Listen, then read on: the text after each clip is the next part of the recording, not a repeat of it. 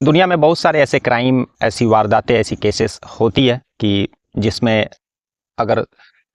थोड़ी सी समझदारी, थोड़ा सा दिमाग अगर यूज़ कर लिया जाए तो वह क्राइम, वह वारदात, वह गुनाह होने से बच जाएगा। और जो शख्स उस वारदात को अंजाम देने देता है वह भी शायद सलाखों से पीछे जाने से बच जाएगा।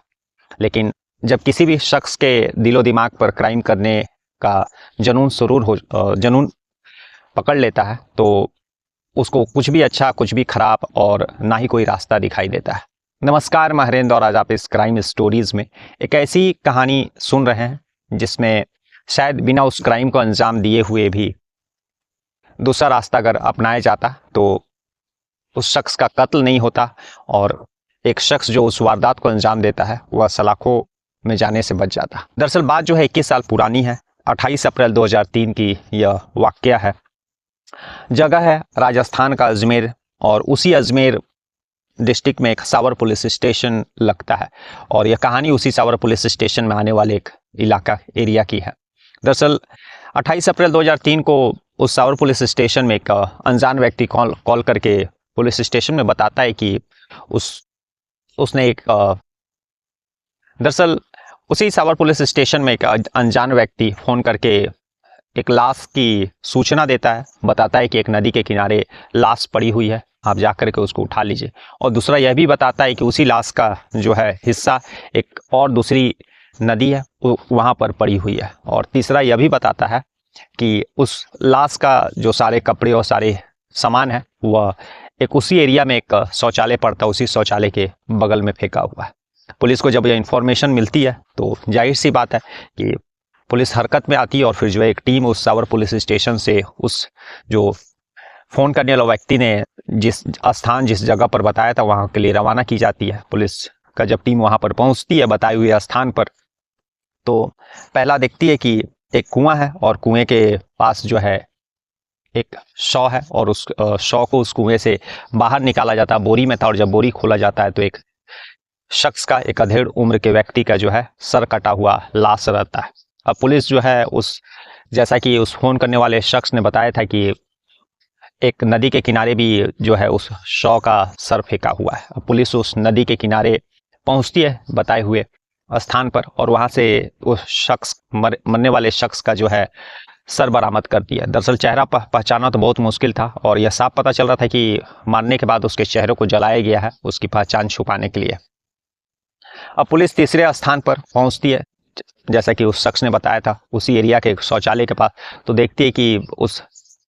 2-3 कपड़े फेंके हुए हैं। पुलिस उन कपड़ों को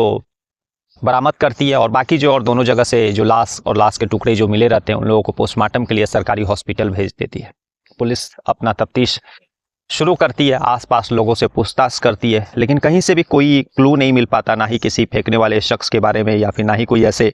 अनजान शख्स के बारे में। तो लगभग 28 अप्रैल को यह घटना हुई थी, 5-6 दिन बीत जाता है, पुलिस का हाथ खाली रहता है और तब तक पोस्टमार्टम रिपोर्ट भी आ जाती है। और पोस्टमार्टम रिपोर्ट जब 6 मई 2003 को आता है तो एक चीज़ कंफर्म हो पाता है कि जो मरने वाला शख्स है उसके चेहरे को, उसके बालों को जलाया गया था मारने के बाद। और दूसरा जो है उसके जो चेहरा है यानी नाक के अंदर वो एक पतली तार वायर मिलता है। जो पोस्टमार्टम करने वाले डॉक्टर बताते हैं कि काफ़ी समय पहले इसका ऑपरेशन हुआ होगा, नाक की हड्डियाँ टूट जाने किसी कारण से गिर गया होगा या एक्सीडेंट हुआ होगा, तो उस ऑपरेशन करके उस स्टील का वायर उसके नाक के नीचे में लगाया गया है। अब पुलिस के पास यही एक क्लू था कि ऐसा शख्स जिसके नाक के अंदर में यानी चेहरे के अंदर में एक स्टील का वायर लगाया गया था सर्जरी के बाद। अब पुलिस को जब कहीं से कोई क्लू और ना ही कोई ऐसा शख्स जो आगे से आकर के यह बताए कि मरने वाला शख्स मेरा सगा संबंधी है, इसलिए पुलिस उस शव का अंतिम संस्कार कर देती है। और लेकिन उस शव से को बरामद करने के दौरान जो भी, जैसा कि उसके नाक चेहरे के नीचे जो स्टील का वायर मिला रहता है वह और बाकी उसके कपड़े और भी जो सामान रहते हैं, पुलिस उसको अपने पास बांध करके रख लेती है ताकि आगे इन्वेस्टिगेशन में काम आएगा। और उसके बाद जो है कुछ समय बीतते हैं, तभी किशनगंज, वही अजमेर में किशनगंज है और वहाँ पर जो है भवानी शर्मा का एक दुकान है और उसी दुकान में भवानी शर्मा के जो पिता दुर्गा शर्मा है वह एक दिन बैठे हुए थे और जो रद्दी पेपर होती है, पुराने पेपर होते हैं, उसी को बेचने के लिए सारे पेपर को बाहर निकाल रहे थे। तभी उनका नज़र जो है एक ऐड पर जाता है। उनका नज़र तब वो उस ऐड को ध्यान से पढ़ते हैं और पढ़ने के बाद जो है पुलिस, जैसा कि उस ऐड में, जैसे कि मैंने बताया कि उस लाश का जो है शिनाख्त नहीं हो पा रहा था, पुलिस अपनी तरफ से बहुत कोशिश कर रही थी, पूछताछ कर रही थी, लेकिन कहीं से कोई क्लू नहीं मिलता है। तो पुलिस ने इसके लिए हर स्टेट की पुलिस, हर ज़िले की पुलिस जो है, जो भी लवारिस लाशेस मिलती है उसका ऐड पेपर में ज़रूर देती है, ताकि जो भी उस सूचना को, उस जानकारी को दूर दूर तक पुलिस साझा कर सके कि लवारिस लाश उन्होंने बरामद किया। और अगर उस कदकाठी, उस रंग के कपड़े और उस रंग के चेहरे का अगर कोई शख्स लापता है, गुमशुदा है, अगर कोई ऐसे जान पहचान या जानने वाले हैं तो वो आगे आए, लाश को अपन लेकर के जाएं और उसका अंतिम क्रियाक्रम करें। तो इसके लिए इस केस में भी पुलिस ने ऐड दिया था पेपर में, लेकिन कोई भी शख्स आगे नहीं आया था। और तभी पिता दुर्गा शर्मा रहते हुए न्यूज़पेपर बेच रहे थे, तभी उनका नज़र जो उस न्यूज़पेपर के ऐड पर जाता है। जब उसको ध्यान से पढ़ते हैं तो सब चीज़ तो पढ़ने के बाद उनको कोई उतना ये नहीं होता है, मतलब आश्चर्य नहीं होता, लेकिन जब वो यह बात पढ़ते हैं कि उस लाश का जो है सर्जरी किया गया था, उसके चेहरे का कभी नाक का कभी सर्जरी हुआ था और उसके चेहरे के अंदर से स्टील का एक वायर बरामद किया गया है। जब ये बात सुनते तो उनके दिल का धड़कन बढ़ जाता है दुर्गा शर्मा का, क्योंकि उनका जो बेटा भवानी शर्मा रहा था वह भी पिछले काफ़ी दिनों से लापता था, गुमशुदा था, मतलब उनको जानकारी नहीं थी, वह देख नहीं रहे थे उनको। तभी जब यह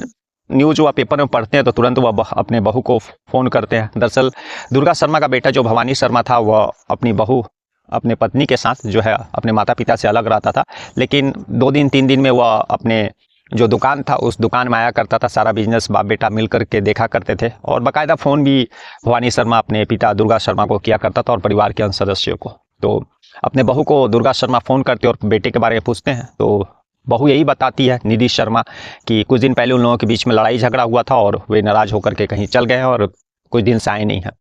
जब यह बात दुर्गा शर्मा को पता चलती है तो उनका मन और भी घबरा जाता है। वह फ़ौरन जो है और जो बेटे रहते हैं, बेटी जो रहती है, उन लोगों को फ़ोन करते हैं और इस केस के बारे में बताते हैं, मतलब जो न्यूज़पेपर में उन्होंने ऐड पढ़ा है, और उन लोगों को भी पढ़ने के लिए हिदायत देते हैं। और जैसे ही सारे लोग पढ़ते हैं, और सबसे बड़ी बात उसमें हुआ थी कि जो ऐड में पुलिस ने लापता लाश का जो एडवर्टाइजमेंट था, तो उसमें जो पुलिस ने चेहरे के अंदर जो स्टील वायर के बारे में लिखा था, तो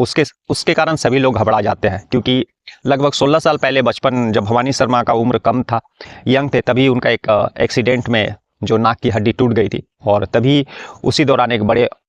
अस्पताल में उनका जो है सर्जरी हुआ था और उसी समय में जो है नाक के अंदर एक स्टील वायर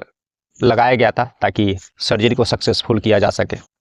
और इसी के कारण सभी लोग परेशान थे कि शायद वह लाश उनके बेटे जो भवानी शर्मा का है। उसके बाद फिर जो है अपने बेटे के साथ और बहू के साथ वे लोग उस पुलिस स्टेशन जाने का प्लान बनाते हैं और अगले दिन सुबह जो है सभी लोग, बहू और दुर्गा शर्मा, बाकी अपने बेटों के साथ जो है उस पुलिस स्टेशन पहुंचते हैं। और जब पुलिस स्टेशन पहुंचते हैं तब वे जानकारी देते हैं कि हमारा बेटा भी इतने दिनों से लापता है और सारा चीज़ बताते हैं। लेकिन पुलिस वाले बोलते हैं कि सिर्फ लापता होने से और जो है आप नाक के नीचे वायर जो बता रहे हैं कि उसका बहुत साल पहले ऑपरेशन हुआ था, इस आधार पर हम लोग कैसे मान लें कि वह जो शख्स था आप ही का बेटा था। तब फिर परिवार के लोग यह बताते हैं कि आप उस डॉक्टर से बात कर लीजिए। पुलिस उस डॉक्टर से बात करती है तो डॉक्टर बताते हैं कि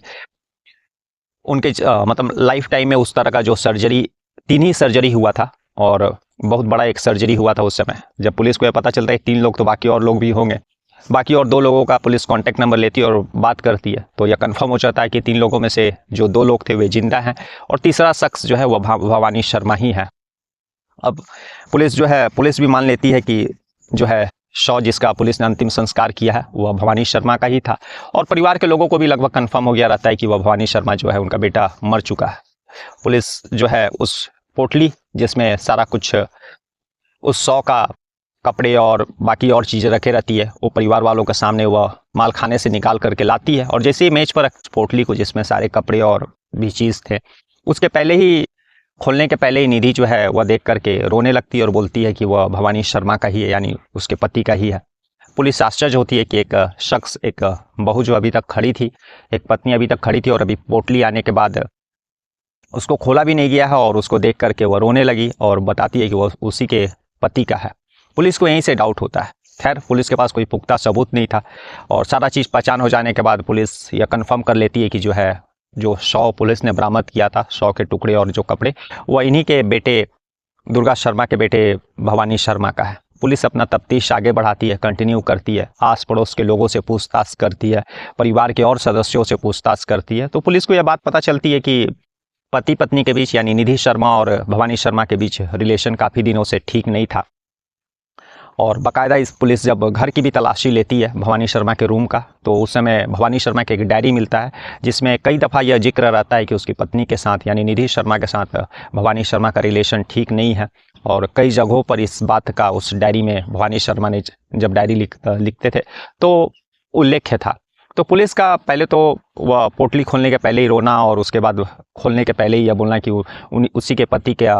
कपड़े हैं। वहाँ से ही पुलिस को जो डाउट और पड़ोसियों आस पड़ोस के लोग और जो डायरी से एक ही शक पैदा हो रहा था कि जो है कहीं ना कहीं निधि शर्मा का इस कत्ल में हाथ है, या कत्ल उसने किया है या फिर वह इस साजिश में बराबर का हकदार है। लेकिन पुलिस के पास कुछ भी कंफर्म सबूत नहीं था। पुलिस अपना तफ्तीश कंटिन्यू रखती है और जब कहीं से भी कोई क्लू, कहीं से भी कोई और जानकारी किसी तरह का एक्स्ट्रा नहीं मिलता है, तब पुलिस निधि शर्मा को एक दिन पुलिस स्टेशन बुलाती है बड़े प्यार से। और बुलाने के बाद जो है पुलिसिया अंदाज में पूछताछ करती है। निधि शर्मा जो है टूट जाती है और वह स्वीकार करती है कि उसी ने अपने पति भवानी शर्मा का कत्ल किया है। और दरअसल इसमें उसका एक ड्राइवर था, उस ड्राइवर की मदद से वे लोग भवानी शर्मा का जो है कत्ल करते हैं। और निधि यह बताती है कि 10 साल, शादी के 10 साल तो सब चीज़ ठीक ठाक चल रहा था, लेकिन 10 साल के बाद जो उन लोगों के रिलेशन में खटास आ गया। निधि शर्मा को ऐसा डाउट था कि भवानी शर्मा का एक्स्ट्रा मैरिटल अफेयर है, क्योंकि वह बिजनेस के सिलसिले में बहुत बार आउट ऑफ स्टेशन जाया करते थे और उसको यह शक था कि किसी न किसी लड़की से भवानी शर्मा यानी उसके पति का अफेयर है। और इसी शक के कारण जो है वह जितना भी भवानी शर्मा का प्रॉपर्टी और बिजनेस था वो अपने नाम पर करने के लिए जोर देती थी, क्योंकि उसको डर था कि कहीं शायद भवानी शर्मा अगर उसको छोड़ दे और दूसरी किसी लड़की के साथ शादी कर ले तो प्रॉपर्टी से उसको हाथ धोना पड़ेगा। और इसी के कारण, इन्हीं सब कारणों के कारण जो है निधि शर्मा अपने पति का कत्ल करने का प्लान बनाती है। और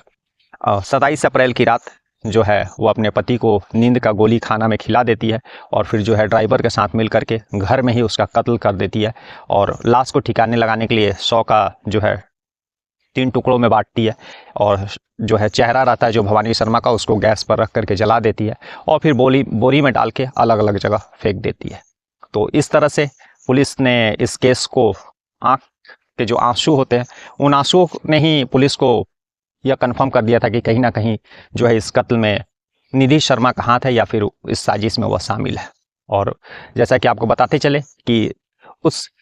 पुलिस स्टेशन में जिस किसी भी शख्स ने इस केस का मुखबिरी किया था वो आज तक पता नहीं चला कि किस शख्स ने फ़ोन करके पुलिस को यह जानकारी दी थी कि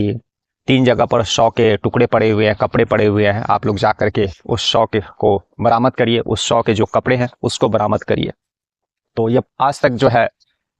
पुलिस को पता नहीं है। और बताते चले कि इस केस में जो है निधि शर्मा को सेशन कोर्ट और उसके बाद फिर हाई कोर्ट ने मौत की सज़ा दी थी, लेकिन जो सुप्रीम कोर्ट उस मौत की सज़ा को उम्र कैद में तब्दील कर दी।